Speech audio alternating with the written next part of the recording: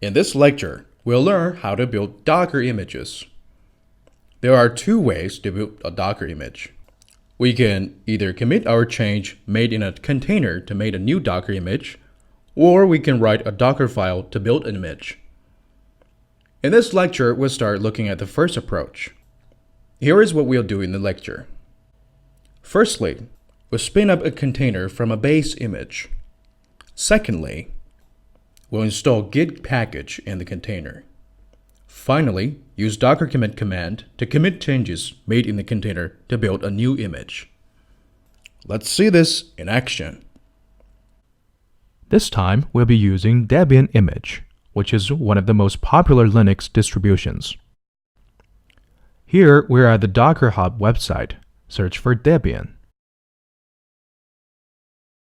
Let's pick tag Jesse.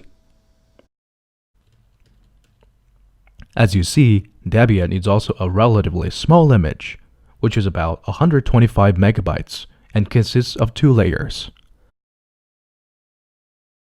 Open up our terminal And type docker run-it debian jesse. Since Docker can find the image locally, it is pulling from Docker Hub. I'm fast-forwarding the video until the download is done.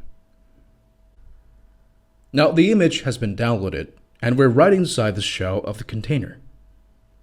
We can do ls command to show the root directory structure of the container. As you see, it is typical Debian file system. What if we want to use git command here? Just type git. Oops, looks like git is not installed in this container. Let's install it by using the apt-get package management tool. Here we do apt-get update and apt-get install -y git. We put -y here so it would automatically confirm yes to prompts.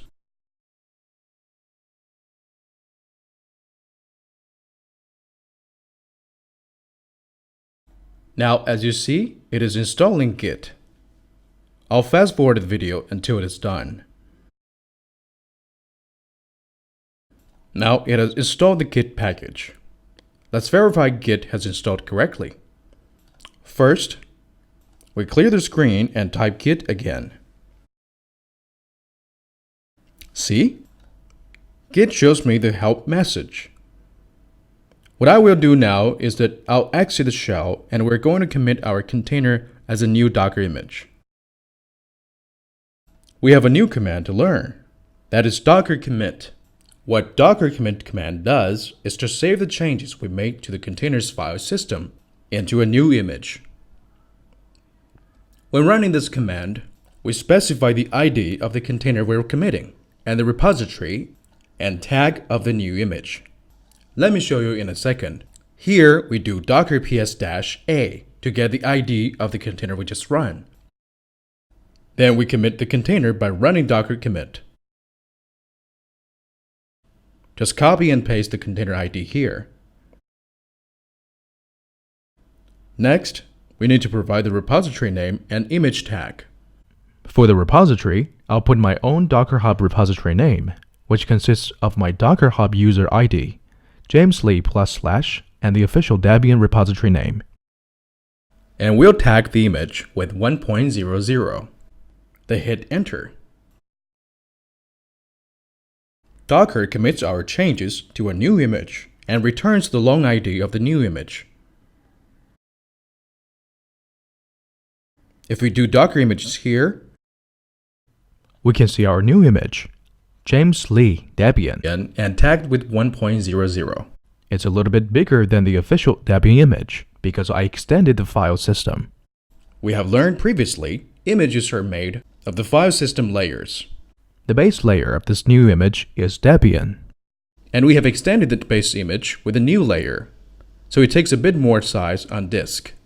Here we can spin up a container based on this new image. Now we're in the shell of the new container. We can do ls command to show the file structure. Let's try the git command here. See? The git command has already been installed. the changes we have committed are persistent in the new image. I'll see you later.